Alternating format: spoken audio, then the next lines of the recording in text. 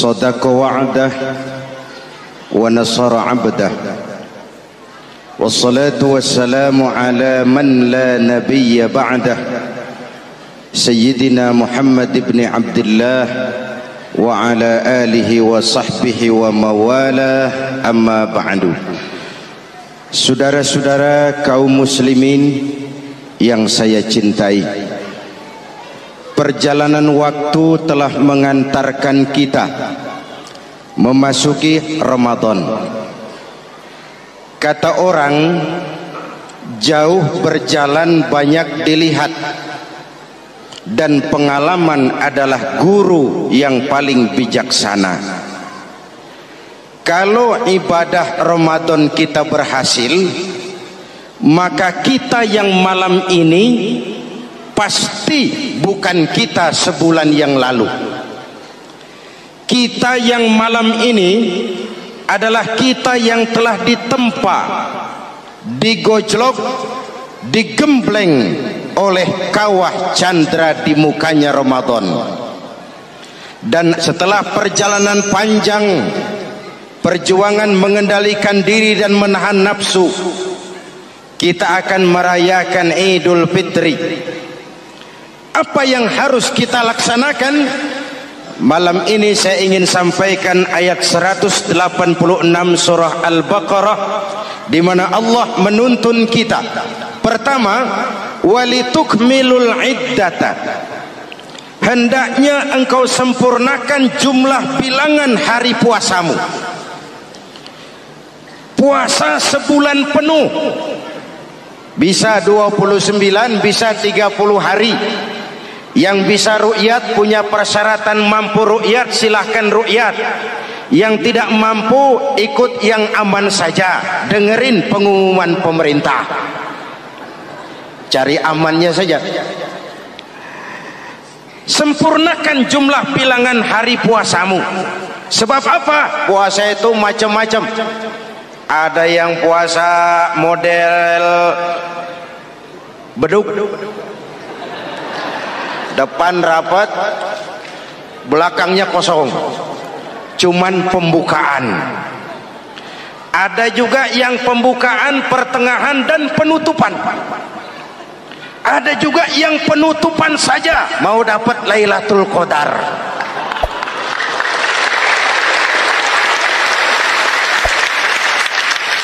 Allah berpesan, walitukmilul iddata, sempurnakan jumlah bilangan hari puasamu. Puasa itu sebulan penuh. Setelah selesai itu, walitukabbirullaha ala ma hadakum. Hendaknya engkau agungkan, engkau bertakbir, mengagungkan Allah yang telah memberikan hidayah kepadamu. Tidak ada takbiran sebelum selesai Ramadan. Walitukmilul iddata, itu dulu, sempurnakan jumlah bilangan hari puasamu. Selesai baru walitukabbirullah. Jangan lebaran masih seminggu sudah Allahu Akbar, Allah ngiko. Walitukmilul iddata, sempurnakan dulu jumlah bilangan hari puasamu. Ini adab. Selesai, walitukabbirullah, baru engkau bertakbir, agungkan nama Tuhanmu. Kenapa? Ala ma hadakum, yang telah memberikan petunjuk dan hidayah kepada kita semua. Saudara, kalau bukan lantaran hidayah Allah, berat sebulan penuh enggak makan, lapar melilit perut, haus mencekik tenggorokan. Kalau bukan hidayah, berat melawan nafsu. Kalau bukan hidayah, berat melawan setan. Bagaimana enggak berat? Dia lihat kita, kita enggak lihat dia. Ini kan curang musuh begini. Semata-mata karena hidayah dari Allah. Intan paling mahal, mutiara paling berharga, tidak lain adalah hidayah. Saudara lihat dalam sejarah, kadang-kadang anak Nabi tidak dapat hidayah, tidak terpanggil mengikuti kebenaran. Kan'an, anak Nabi Nuh, betul? Kadang-kadang bapak Nabi tidak dapat hidayah. Azar, bapaknya Nabi Ibrahim. Ibrahim penegak tauhid, bapaknya produsen berhala. Kadang-kadang istri Nabi tidak mendapat hidayah, kafir istrinya Nabi Lut.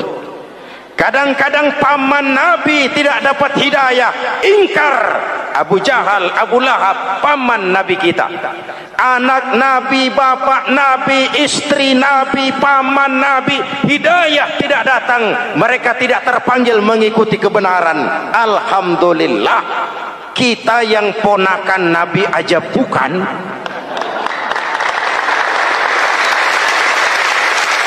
kita diberikan hidayah. Dengan bekal hidayah itulah kita masuki nuansa Ramadan, berjuang melawan nafsu, membina takwa, melatih ridha, dengan lapar melilit perut, dengan haus mencekik tenggorokan. Allahumma lakasumtu, Tuhan, untuk Engkau saya laksanakan ibadah ini. Oleh karena itu, jaga hidayah ini baik-baik, karena dia merupakan intan paling mahal, mutiara paling berharga dalam kehidupan kita. Diberikan kita kedudukan yang tinggi, alhamdulillah. Diberikan kita harta yang banyak, alhamdulillah. Tapi itu semua belum ada artinya ketimbang yang bernama hidayah. Maka hidayah inilah yang harus kita jaga baik-baik. Hidayah inilah yang harus kita pelihara. Kita bertakbir kepada Allah, mengagungkan nama Allah yang telah memberikan hidayah kepada kita. Kalau tidak lantaran hidayah, berat melaksanakan ibadah puasa sebulan suntuk. Dengan ibadah Ramadan, kita melakukan pemutihan vertikal. Orang yang keluar dari Ramadan dengan ibadah benar seperti bayi baru dilahirkan oleh ibunya, tidak punya dosa kepada Allah. Idul Fitri, kembali kepada fitrah. Tapi kan kita tidak cuma punya dosa vertikal, kita juga punya dosa horizontal. Kita tidak cuma berdosa kepada Allah, kita juga sering salah kepada sesama manusia. Betul? Inilah momen lebaran itu. Dosa kepada Allah, taubat langsung kepadanya, sonder calok. Dosa kepada sesama manusia, saling memaafkan. Sebab apa? Satu hadis meriwayatkan, selesai sholat id, sahabat mendengar Rasul mengucapkan amin sampai 3 kali. Amin, amin, amin. Heran sahabat, gak ada angin, gak ada hujan, amin 3 kali ya Rasul, ada apa? Kamu gak tahu? Gak tahu. Barusan selesai sholat, malaikat Jibril turun. Lalu, Muhammad, saya mau berdoa kepada Allah, mau kamu aminkan? Silakan Jibril, berdoalah, saya akan mengaminkan. Jibril berdoa, Rasulullah amin. Doanya 3 macam permohonan, Nabi 3 kali mengucapkan amin. Kalau malaikat Jibril yang doa, Nabi yang mengaminkan. Kalau bahasa Inggris, ilokan. Ilokan nih doa meleset. Apa iya? Ma iya? Apa doanya? Pertama, ya Allah, hari ini 1 Syawal, doa malaikat Jibril, saya mohon kepadamu, jangan engkau terima puasa dan ibadahnya anak yang durhaka kepada ibu bapaknya. Rasulullah mengucapkan amin. Jelas? Belum tentu memang setiap kita orang tua, tapi pasti setiap kita anak. Jikalau anak punya ibu dan bapak, seorang anak yang puasa Ramadan, tarawih malam hari, bayar zakat, tadarus Al-Quran, jikalau sudah durhaka kepada kedua orang tuanya, didoakan oleh malaikat Jibril, diaminkan oleh Nabi supaya puasa dan ibadahnya tidak diterima. Na'udzu. Maka selesai sholat Idul Fitri, tugas yang paling utama minta ridho ibu dan bapak. 1. Yang kedua, ya Allah,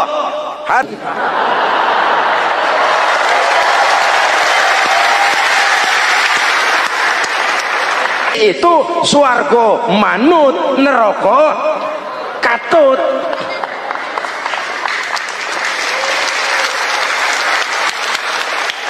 Yang ketiga, ya Allah, hari ini 1 Syawal, saya mohon kepadamu, jangan engkau terima puasa dan ibadahnya muslim yang tidak mau memaafkan sesama saudaranya muslim. Memberi maaf lebih berat daripada minta maaf, tapi memberi maaf lebih mulia daripada meminta maaf. Kalau kita sudah minta maaf, orang tidak mau memaafkan, itu tanggung jawab dia kepada Allah. Orang macam itu yang tidak mau memaafkan sesama saudaranya, didoakan agar puasa dan ibadahnya tidak diterima oleh Allah Subhanahu.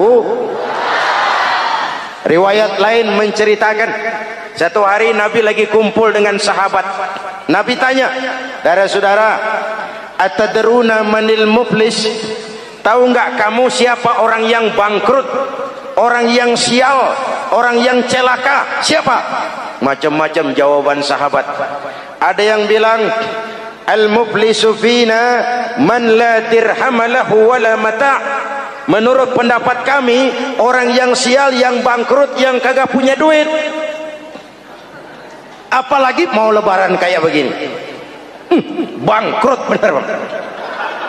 Kadang-kadang yang habis belanja pulang bukan langsung ke rumahnya, ngeneng-ngeneng di depan tetangganya, manas-manasin orang.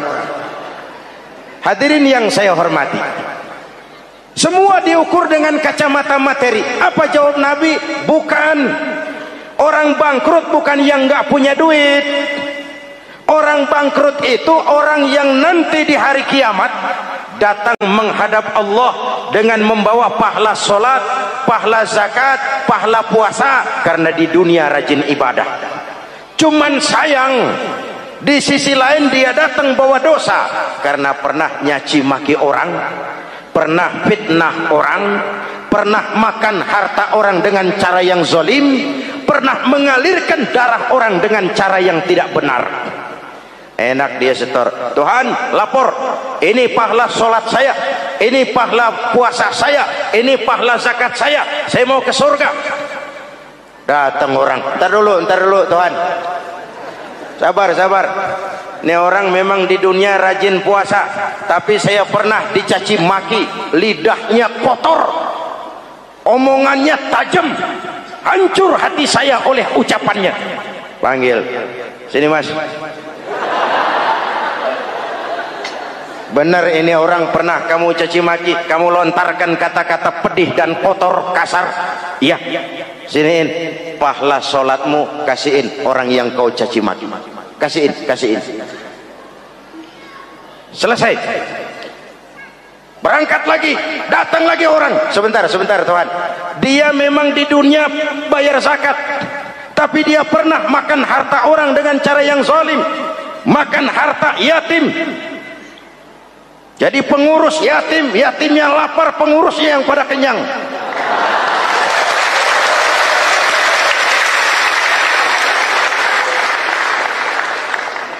Saya menuntut keadilan. Benar. Siniin pahala zakatmu, kasih orang yang kau makan hartanya. Kalau kebaikannya habis, yang nagih datang terus, apa yang terjadi? Dosa orang yang dia sakiti diambil, diberikan kepada dia. Bangkrut nggak? Pahala dipretelin, dosa dikasih. Modal boros, tagihan utang datang terus. Bangkrut bin bangpak alias sial dangkalan. Tahu sial dangkalan? Itu namanya udah jatuh ketiban ember.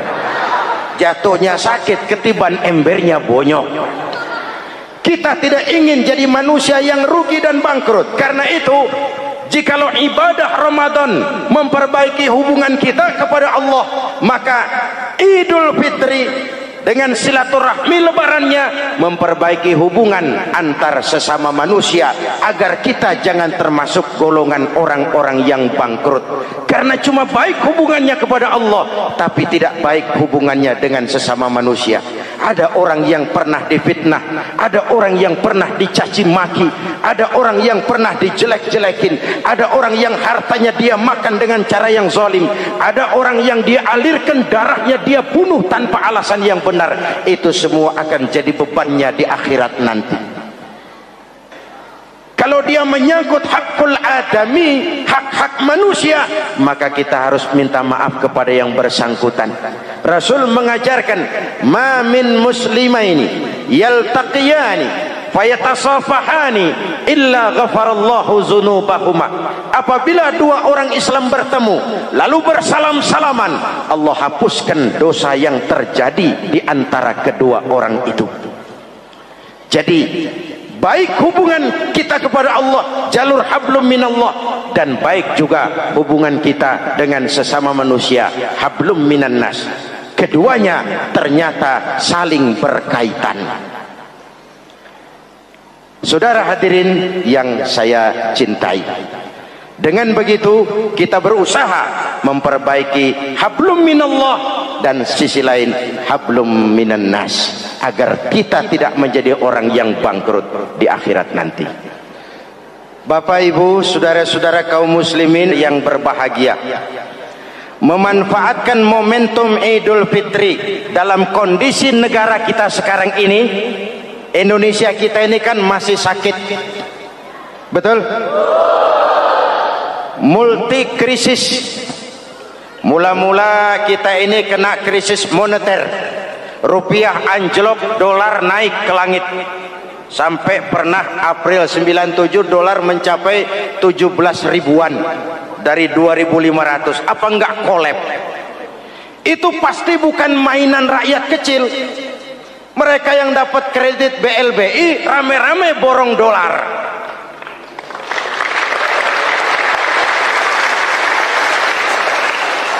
Kita mah bocah kampung boro-boro borong dolar, ngeliat juga tumben. Akibat krisis moneter muncul yang lebih makro, krisis ekonomi. Perusahaan besar ambruk, konglomerat terpuruk, PHK di mana-mana, pengangguran meningkat, kriminal meningkat. Seiring dengan itu muncul yang lebih parah, krisis kepercayaan.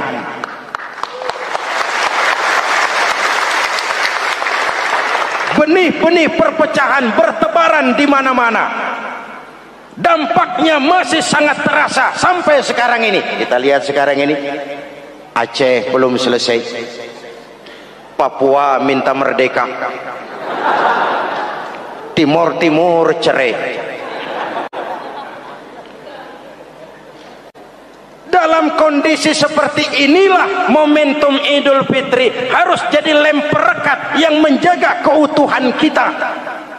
Sampai Rasulullah berpesan, ini 3 pesan utama beliau yang saya sampaikan malam ini. Pertama, silman qata'ak, bersilaturahmilah kau kepada orang yang marah denganmu. Kalau orang baik kita baik lagi, pantas, memang mestinya begitu. Tapi bersilaturahmilah kepada orang yang marah denganmu. Kita harapkan lebaran nih yang silaturahmi jangan cuman kita rakyat di kampung, tapi yang ngaku atau diakui sebagai pemimpin, para elit politik di atas saling bersilaturahmi.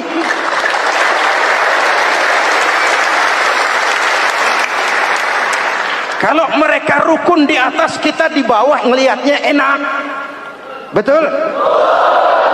Tidak ada orang akan di atas kalau tidak disokong dari bawah. Jangan udah di atas pada berebut turu-turu dia melulu, capek rakyat. Ada yang jadi anggota dewan cuman pengen petatang peteteng, cari prestise dan gengsi.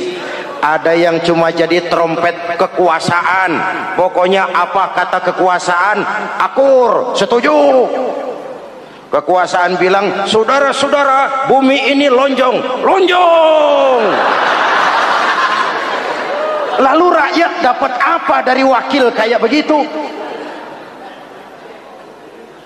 Inilah momentum Idul Fitri. Mari kita manfaatkan silaturahmi. Jangan mewarisi sifat dendam, karena dendam tidak akan menyelesaikan persoalan.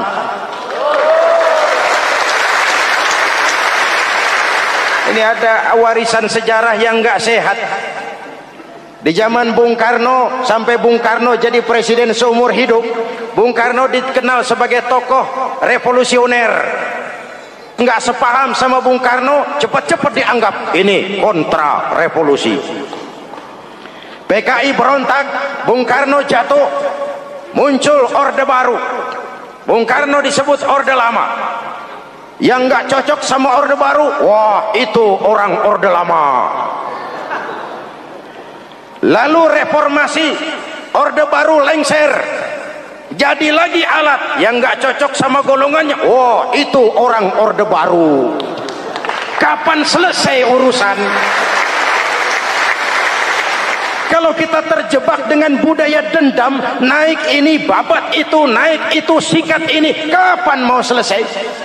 Rasulullah lahir di Mekah, perjuangannya dihambat, dicaci maki, dilontari kotoran onta, sahabatnya dibantai, diancam mau dibunuh, hijrah ke Madinah. Setelah di Madinah jadi besar, tentaranya kuat, pengikutnya banyak, pasukannya hebat. Satu saat beliau masuk kembali ke kota Mekah dengan kekuatan full, tentara yang gagah, Quraisy pucar kacir. Ini nih Muhammad yang dulu kita caci maki, yang dulu kita ancam mau kita bunuh, yang kita usir, sekarang dia masuk dengan tentaranya yang hebat. Kalau dia menuntut balas, habis kita sekarang ini. Apa jawab Nabi? Beliau turun dari punggung onta, lalu pidato dengan tawadu. Saudara-saudara, al-yauma yaumul marhamah. Ini hari yang penuh kasih sayang. Walaupun dulu kau usir aku dari sini, kau sambiti aku, kau bantai pengikutku, aku datang bukan membalas dendam. Ini hari yang penuh kasih sayang. Tidak akan ada pertumpahan darah. Yang masuk Masjidil Haram aman, yang masuk rumah Abu Sufyan aman. Dihormatinya ketokohan Abu Sufyan di depan pengikutnya. Ini akhlak. Kenapa orang macam Mandela lebih bisa mencontoh Rasul daripada kita? Mandela yang 27 tahun mendekam dalam penjara, dia keluar tanpa bawa benih-benih dendam. Dia satukan Afrika Selatan, dia bimbing Afrika Selatan menuju kejayaan dan kemajuan. Kenapa Mandela yang tidak kenal Pancasila bisa lebih mencontoh akhlak Rasul ketimbang kita yang katanya orang-orang pengikut sunnah?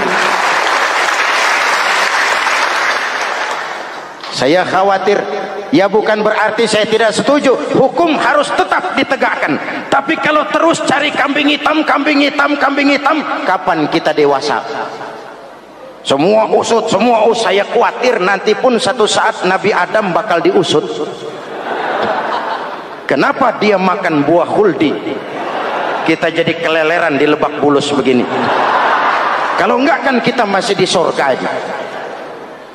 Mari kita dewasa, mari introspeksi. Silman kotoak.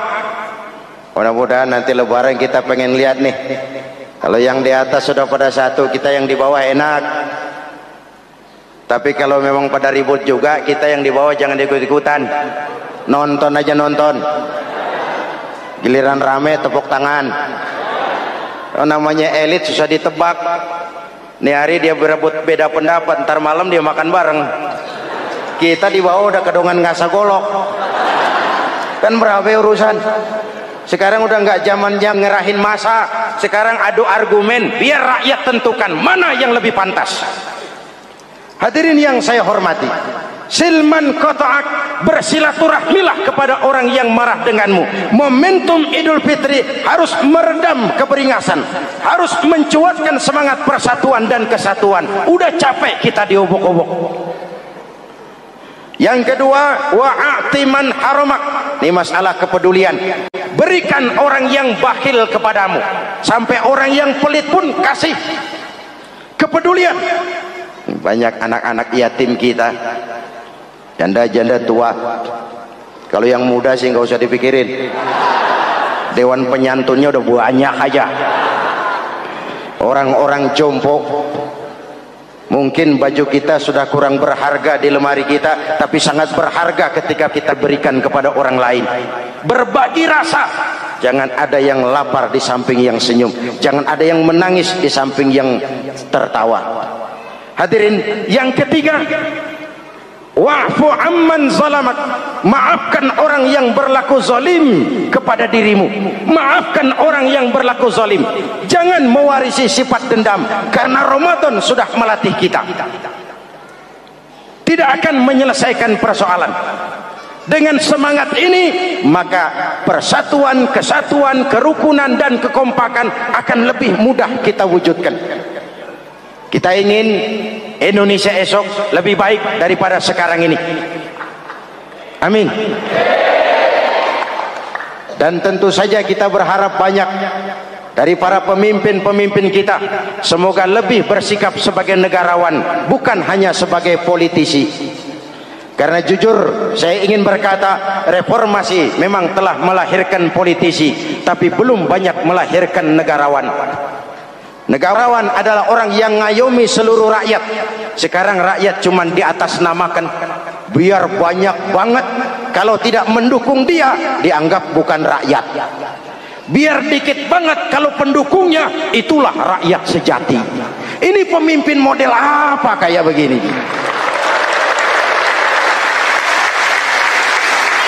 Ini kan mengkamuflase rakyat namanya. Oleh karena itu, mari sama-sama kita baca Fatihah. Kita niat, mudah-mudahan suasana sesudah Ramadan benar-benar kondusif, agar kita bangsa ini bisa keluar dari kesulitan besar yang kita hadapi sekarang ini. Para pemimpin kita semakin kompak dan bersatu, rakyat juga semakin terayomi. Ala hadhihi niyyah wa ila hadratin nabi. Al-Fatihah. Bismillahirrahmanirrahim. Alhamdulillah rabbil alamin, arrahmanir rahim, maliki yaumiddin. Iyyaka na'budu wa iyyaka nasta'in. Ihdinas siratal mustaqim, siratal ladzina an'amta 'alaihim ghairil maghdubi 'alaihim waladdallin. Amin. Bismillahirrahmanirrahim. Amin. Alhamdulillahirabbil alamin. Allahumma salli ala sayyidina Muhammadin wa ala alihi wa sahbihi ajma'in. Rabbana taqabbal minna salatana wa siyamana wa qiyamana wa takhashu'ana wa ta'abbudana wa tammim taksirana ya arhamar rahimin. Allahumma ij'alna minas su'ada'il maqbulin wa la taj'alna minal ashqiya'il mardudin.